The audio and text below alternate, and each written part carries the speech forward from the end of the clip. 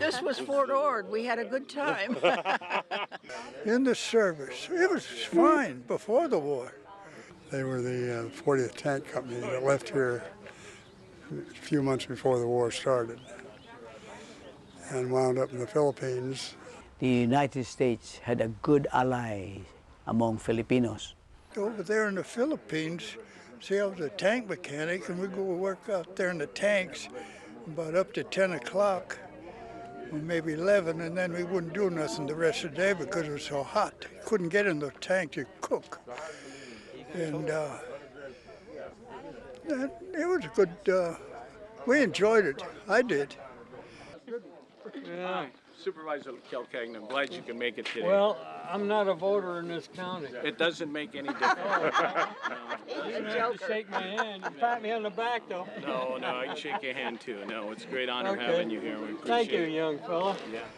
Filipinos, the illegal roots come down there and shoot, they throw centavos as big as a 50-cent piece, throw it up and with a bow and arrow, hit it every time. Yeah, when the war broke out, that changed everything. We were aware of Japan preparing itself for the war, the beginnings of the Bushido interpreting itself as a world power. So that when we heard about the bombings in Manila, at the airport in Manila and Midway and Pearl Harbor. My sergeant, he said, come on, get up.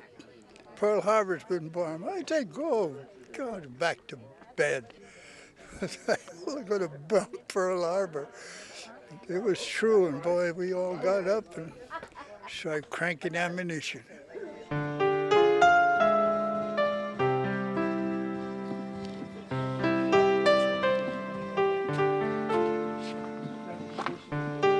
It is great to have the Bataan Memorial here, and we're able to share its history with our community. Well, it's a Bataan Memorial for all the local boys. They were really kids, got out of high school. Immediately, they didn't have much of a chance. They were in the National Guard, and they were proud to be Americans, proud to be members of the Salinas Valley community. And they went away from home, and they went to a place that they probably never realized existed. They fought a battle, were captured, and had to take a march where a big majority of them passed on. The Japanese came and invaded Manila, and the American soldiers and the Filipino counterparts made their last stand at Corregidor, which was supposed to be the fort built by the Americans to ward off an invasion by the sea, which did not happen because the invasion came by land and air. And so the last stand was in Corregidor, and when they were losing that battle in Corregidor, they went over into the Bataan Peninsula, which was close by.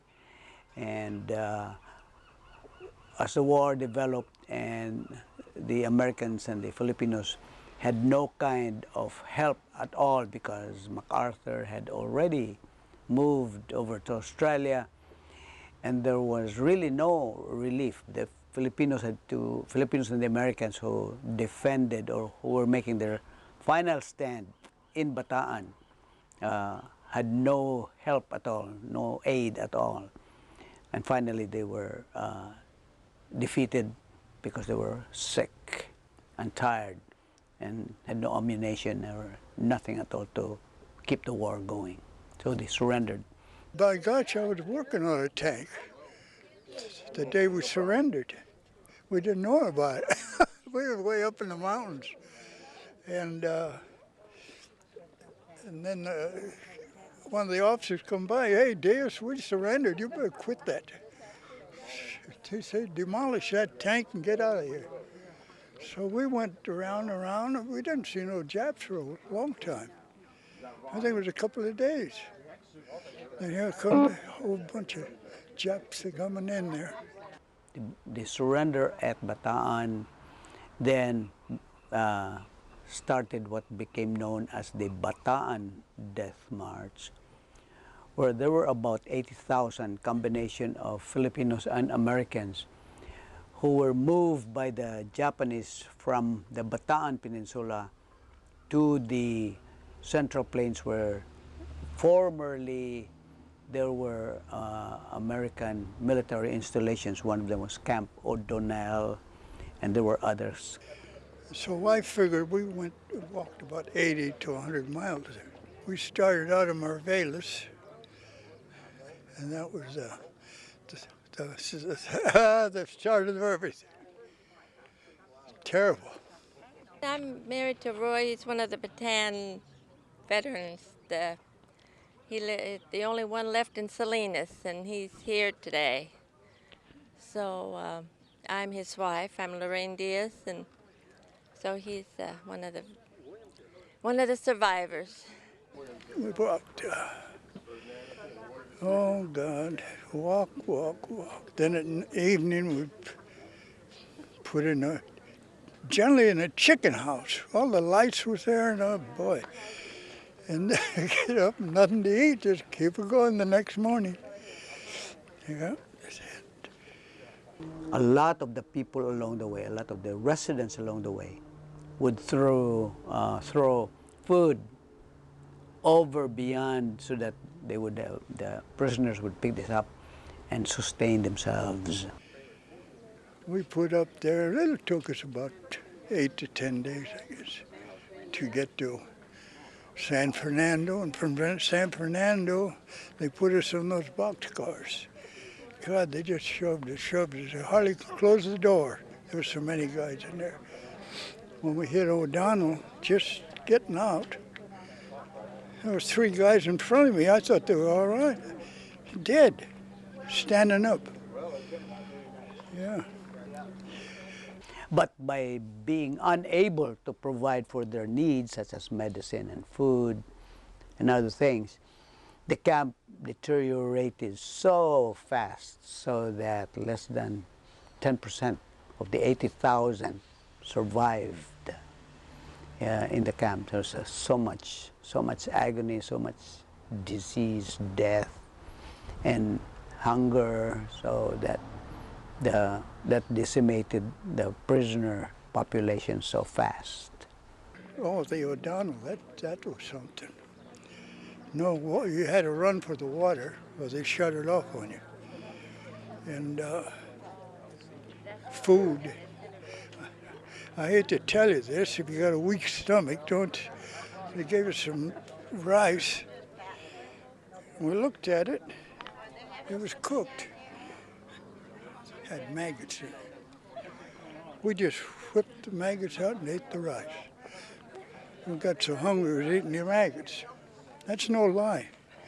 You know, when he was over there, they starved him to death, and then when he come back, they gave him so much food that he got so fat, and he just, it wasn't good because he suffered, being so thin, and then all of a sudden they feed him all this food, and I think that, it wasn't good, and he's still suffering today.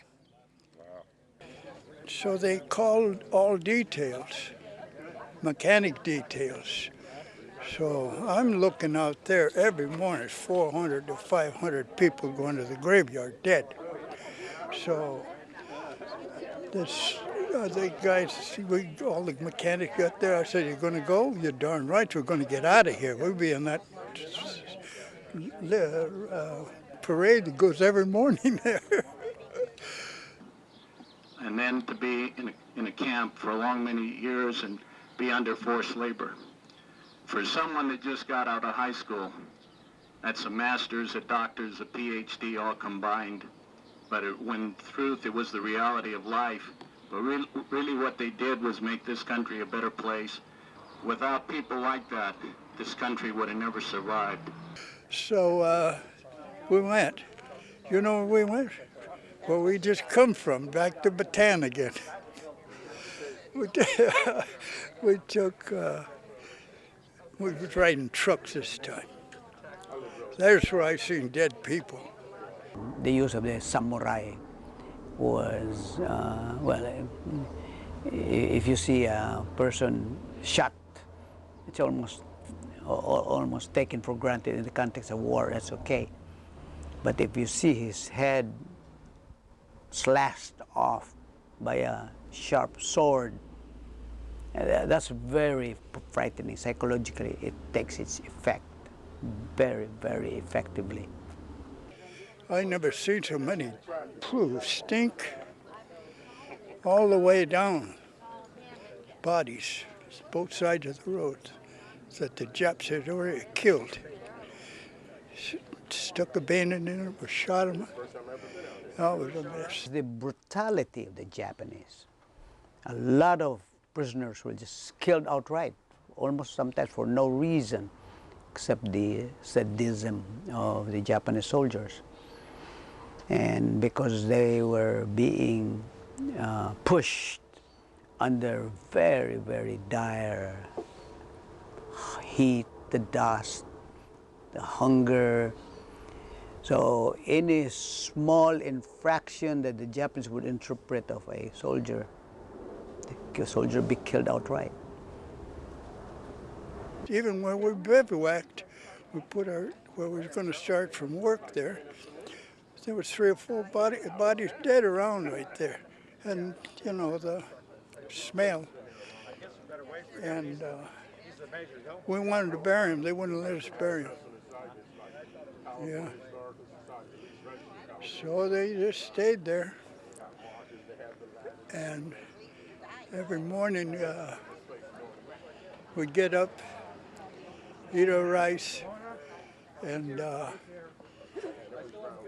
get in the truck to go to work. And they were right around the turn. There was a blonde guy, and he had one arm up in the air. He was dead, you know. And we used to salute him every morning.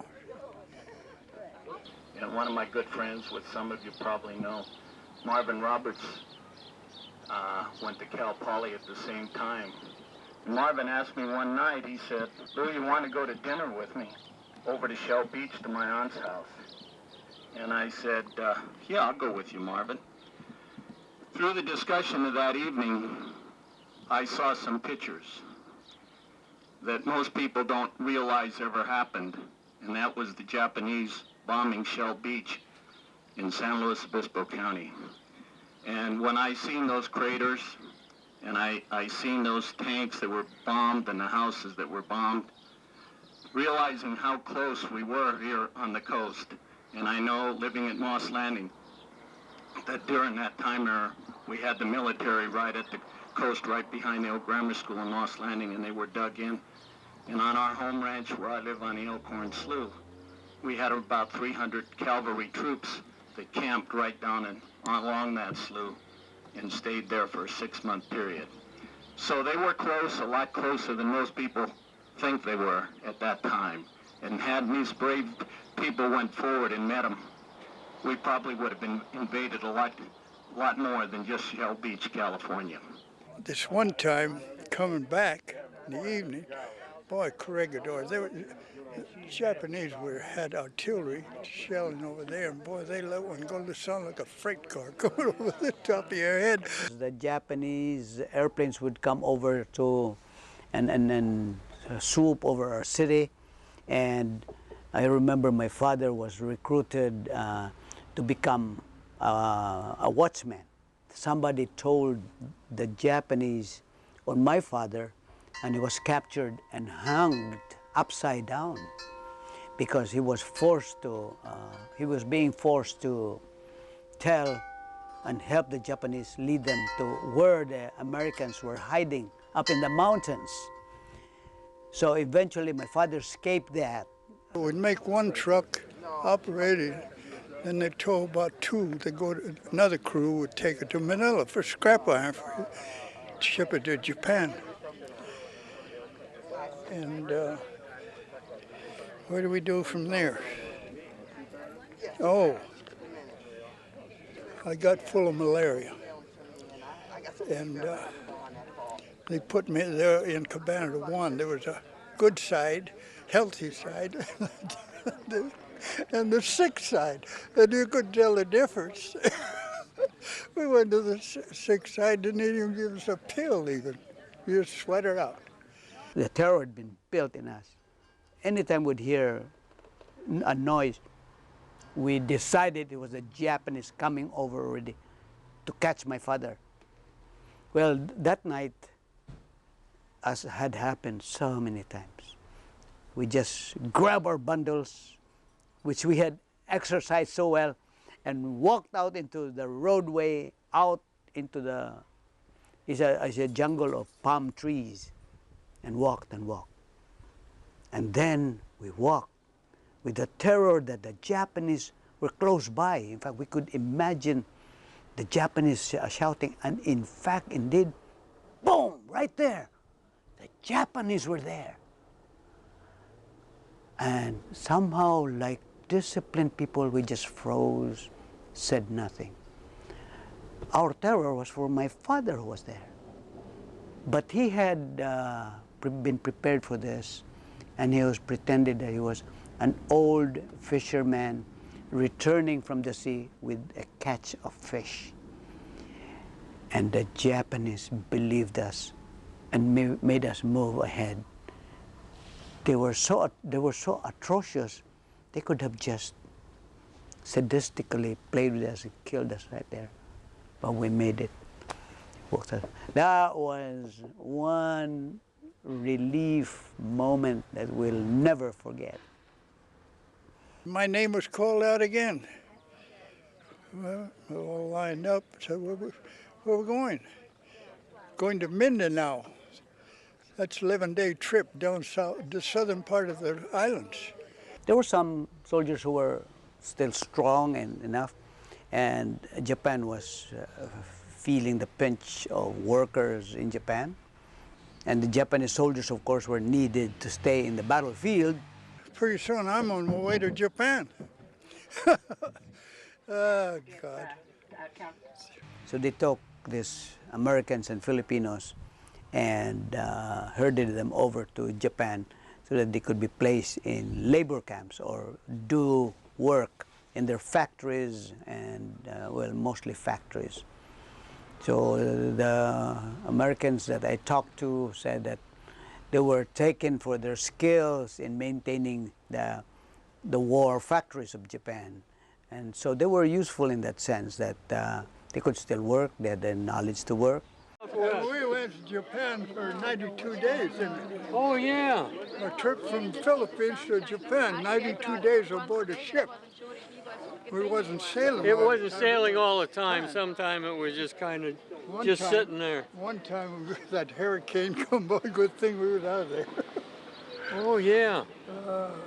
When MacArthur's aid came just about in, there were big shipments of machine guns, and we would pull out these cartridge boxes, roll over this shining copper bullets, and it just made a difference in the thinking of everybody would say, hooray, hooray. And they hit that, it was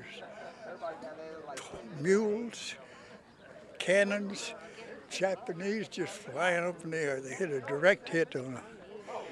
The Filipinos stood against the Japanese strongly to the degree that Japanese ambitions in Asia, which would have included New Zealand and Australia, was frustrated because when they were in the Philippines, Philippine resistance was so severe, so strong. And ultimately, I think that was a chief, if not the main, if not the sole factor for Japanese frustration and eventual defeat. So again, my thanks, the Board of Supervisors thanks, the people of Monterey County thanks to these veterans that have passed on, some living, that have really set the foundation for democracy and have really been a vital part of this country. Thank you.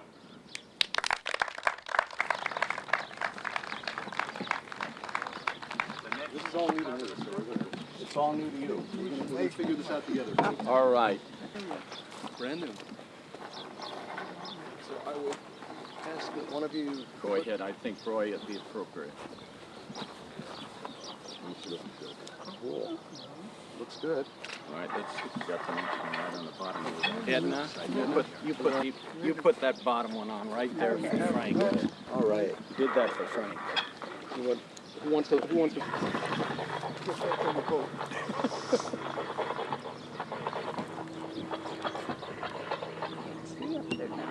Going up there. Keep going, more to go. That's it. All right. It's a cliche, but those who don't remember history are condemned to repeat it. But unless we get current generations aware of what past generations have gone through, they don't understand it. And to me, and this is a personal point of view, we need to understand how we got where we are, because that's the only way we can understand where we are now. Do you think it's important that the next generation know what Frank and this young man went through? Yes, I do. Very much. They really need to hear and know more about it. Every time we have a tourist, every time we tour the school children, they will get that little bit of history that has been forgotten. And like Supervisor Calcagno said, this is where our freedom is today. So I am proud, just so proud and so happy that it's here where we can tell the story every day and keep these men alive. This is Norm Rose. He's the real Norm Rose here. That's your the grandpa? reason. Well, I'll accept our youngest Wow. daughter, and she's in Washington. Did he ever tell you the story about Bataan? No. So No? they're here. No? But now you see, huh? That really is. Is he a cool grandpa or what? Let's get to talk. Right, he think I might make up the story rather than tell him the real scoop. Think it's important to know what your grandpa did during the war? Yeah. Why is that, boss? Well, he made a big sacrifice for our country, and everybody did too. Everybody. Tell him I lost the only war the United States ever lost. He lost the only war the United States ever lost. So he made a big sacrifice for our country because he just wanted to serve our country good. Freedom isn't free. You know, it's not free. So I feel like they are the ones that really helped give us all the freedom that we have today. So hopefully that this war that's on now, that it'll be the same way and we can end it and it'll be over.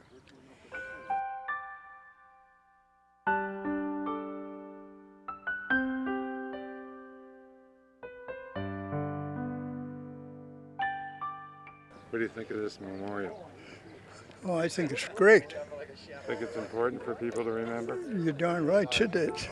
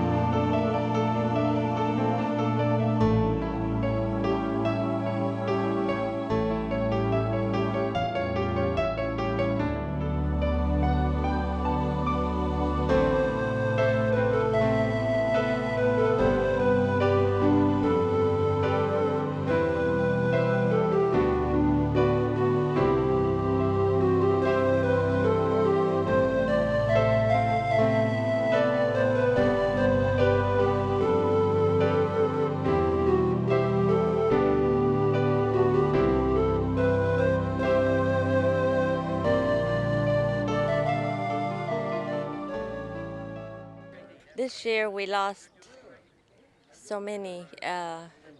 We lost Frank Muther and Ben Ciccone and Augie Gillis, and you know they were just part of our life. I can't talk anymore. That's it. We were There's hoping the only good real porgy left in Salinas Valley, you know? My wife told me today's the day that we better get down there because there's not many of us left. That's right. 8. Is that right? We're down to 8? Yep. Last man standing. Didn't we have some money in the bank? The last guy gets it, something like that. What happened to the bottle of booze we're going to have? Oh, that's right. We drank that. You know, about 3. Garrison drank that, didn't he? I don't know who drank it, but Frank thinks, you know, just 3 days before he died, he says, I shook his hand, he says, well, you better get that bottle and have a drink from it. Oh, well.